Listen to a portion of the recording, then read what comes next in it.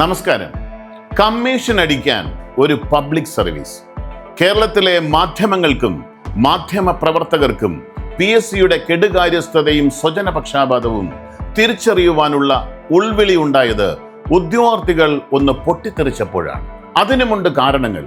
അറിയിപ്പും തൊഴിൽ വിജ്ഞാപനങ്ങളും തത്സമയം അപേക്ഷകർക്ക് ലഭ്യമാക്കുന്ന പശ്ചാത്തലത്തിൽ പത്രങ്ങളിൽ വിജ്ഞാപന പരസ്യം വേണ്ടെന്ന നിർദ്ദേശമുയർന്നപ്പോൾ ആ നീക്കത്തിന് തടയിടാൻ മാധ്യമ രാഷ്ട്രീയ വിശാധരന്മാർക്ക് കഴിഞ്ഞു. അതുമുതൽ PSC റിപ്പോർട്ടിങ്ങിൽ ഒരു സോഫ്റ്റ് കോർണർ പുലർത്തുന്നത് പതിവായി. മാധ്യമ ജാഗ്രതയ്ക്കു മേലെ പരസ്യ വരുമാനവും മൈനാകവും പറന്നുയരുന്ന കാലമാണല്ലോ. ഊരാളെങ്കിലും കരുവന്നൂരും സീഡിറ്റും മറ്റനവധി സ്ഥാപനങ്ങളും പോലെ ആനക്കൂട്ടം കയറിയ കരിമ്പിൻ കാടായിരുന്നു കേരള PSC എന്ന ഭരണഘടനാ സ്ഥാപനവും.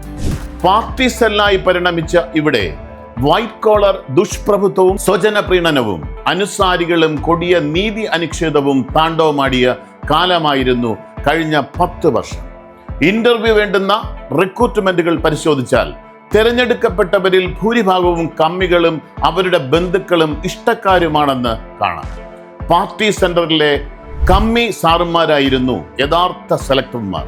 ഉന്നത ബിരുദങ്ങളും പ്രായോഗിക തൊഴിൽ പരിചയവും സിദ്ധിച്ച നൂറുകണക്കിന് ഉദ്യോഗാർത്ഥികൾ 4ാം ക്ലാസ്സുകാരന്റെ ഔദാര്യം കാത്തു നിൽക്കേണ്ട ഗതികേടിന് എന്താണ് പേര് വിളിക്കുക?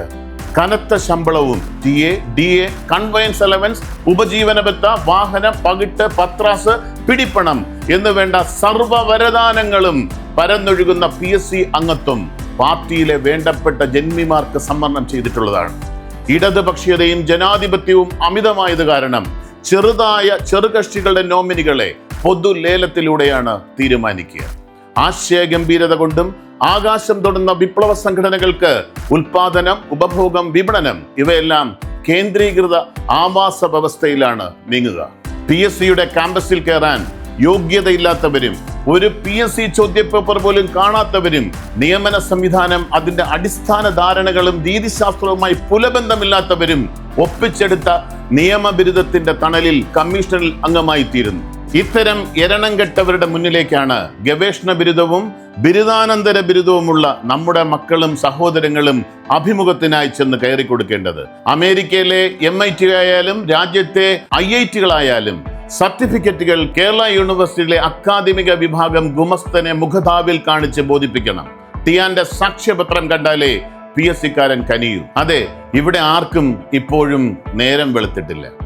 PSC UPSCയുടെ മാതൃകയിൽ പുനഃസംഘടിപ്പിക്കണം.